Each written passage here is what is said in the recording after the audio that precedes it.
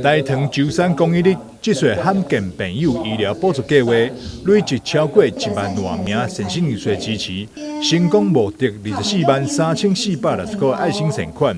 饭店非常感谢各界协助罕见朋友的帮忙，一时会当得到挂有一个医疗资源甲器材，也感谢荣兴电线工业公司的加入。从即摆开始到8月，甲饭店合作举办罕见疾病艺术会做票选观看活动。这上半年帮助罕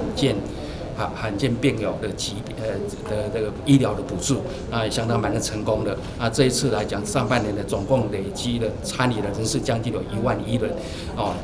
累积了叫24万3那这里面我想最重要的是这个数字是代表说有1万多人的爱心，他们透过15块钱、20块钱、25块这样累积出来的来捐献，那这些善款来帮助这些罕见疾病的这些医疗能受到好的补助。这次的活动里面，我觉得很感谢，就是荣兴电线工业董事长王董事长及夫人黄夫人方女士的参与他透过这罕见疾病这些的病友他们的一些才能，然后透过他们的画画，然后去票选来帮助他们更多的人。大塘下半年的帮助对象是美善基金会心智障碍青年。那我们下半年最主要是跟美善社会福利基金会来合作希望把我们的集资，因为这些其实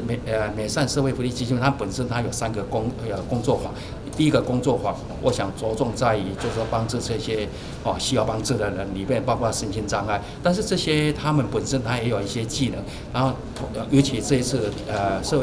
美善社会福利基金会，他们邀请的一个陶瓷老师来教他们陶瓷，那希望透过他们这些人自力更生，然后把这些陶瓷，所以我们这次的帮助就是说希望能集资5000个的美善礼盒把这些陶瓷放在这个就是里面能销售出去，那得到自力更生。